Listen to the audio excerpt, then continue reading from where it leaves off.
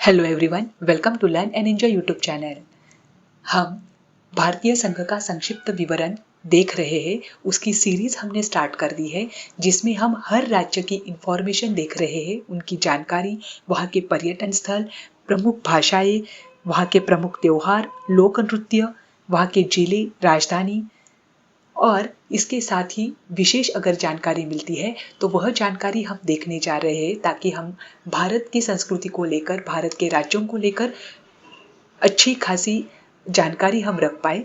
जिसमें से एक राज्य जो अरुणाचल प्रदेश था वह हमने पूरा कर लिया है। आज हम दूसरे राज्य के बारे में जानने जा रहे हैं, जो कि है पूर्व राज्य सिक्किम। सिक्किम यह भी अरुणाचल प्रदेश की तरह ही भारत के पूर्वी राज्यों में आता है और सिक्किम अत्यंत ही महत्वपूर्ण स्थान है भारत का। से कम आबादी वाला यह राज्य है और इसके बावजूद वह प्रकृति प्रेमियों के लिए एक स्वर्ग है। सिक्किम जो है, जिसकी राजधानी गंगटोक है, और यहाँ पर मात्र 4 जिले हमें मिलते हैं।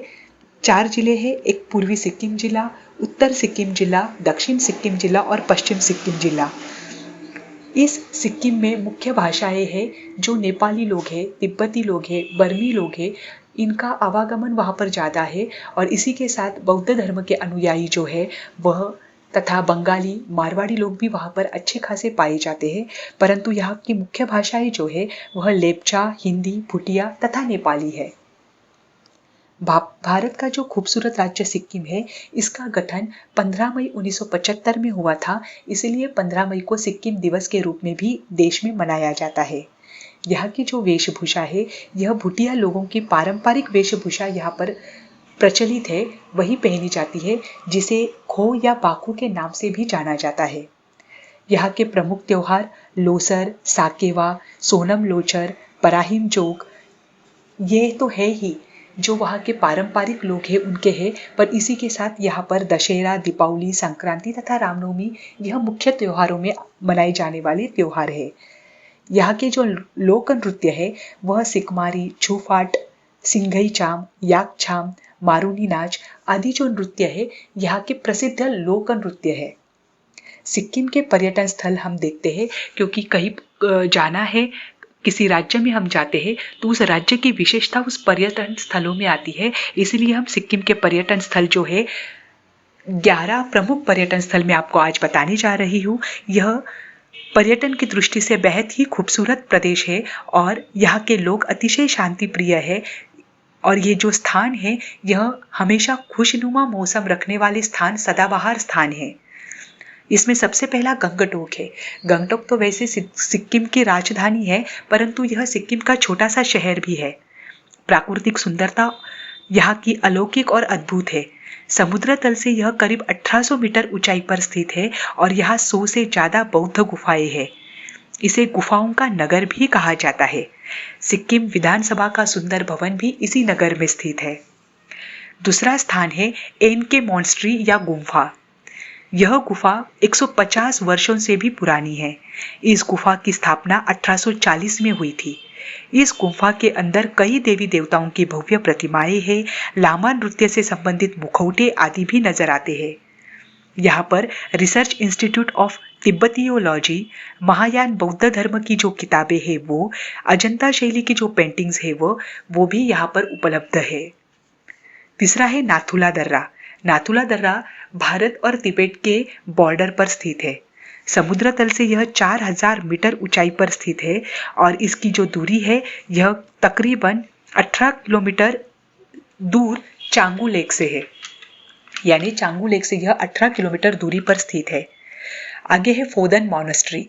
यह मॉनेस्ट्री गंगटोक शहर से उत्तर की ओर करीब 41 किलोमीटर दूरी पर स्थित है। दीवारों पर बनी पेंटिंग्स और भित्ति चित्र यहाँ देखने योग्य है। रूमटेक मॉनेस्ट्री गुफा गंगटोक से यह 25 किलोमीटर दूरी पर स्थित है।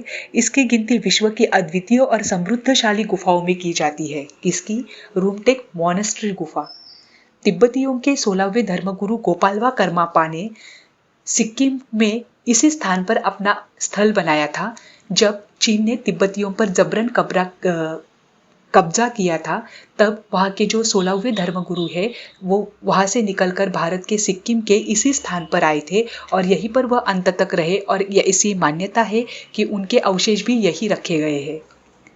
आगे है लाचुंग। यह समुद्र तल से करीबन 2500 मीटर ऊंची पर स्थित है। यह स्थल बेहद ही खूबसूरत है और इसे 0 पॉइंट तक पहुंचने के द्वार के रूप में माना जाता है। और सबसे बड़ी बात, लाचुंग यह शहर तिब्बत से मात्र 15.5 किलोमीटर दूर है। आगे है सोमगो झील। इसे चांगू लेक भी कहा जाता है। यह समुद्र तल से 3500 मीटर ऊंचाई पर स्थित है और गंगटोक से 40 किलोमीटर की दूरी पर है। इस लेक को देखने के लिए सिक्किम पर्यटन विभाग से मंजूरी लेनी पड़ती है। उसके आगे है खेचियो पलरी लेक।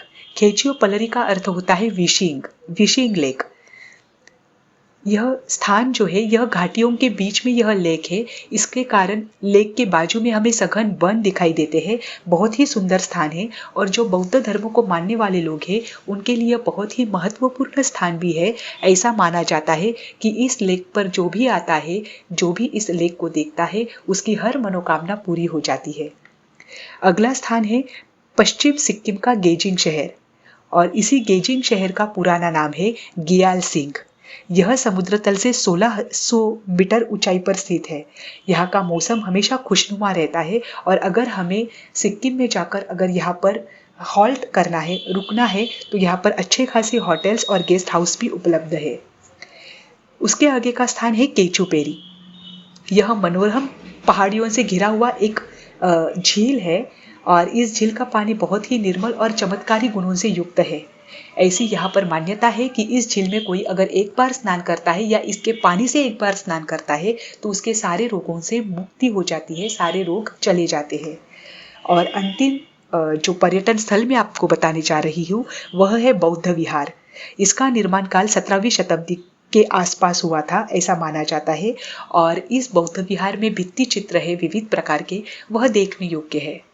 इस तरह यह सिक्किम भारत का अखंड और अद्वितीय भाग है, अद्वितीय हिस्सा है और हमें गर्व है कि यह सिक्किम हमारे देश का एक अविभाज्य अंश है। तो आज के लिए इतना ही। अगले वीडियो में नए राज्य की इंफॉर्मेशन के साथ वापस मिलेंगे। तब तक के लिए थैंक यू वेरी मच।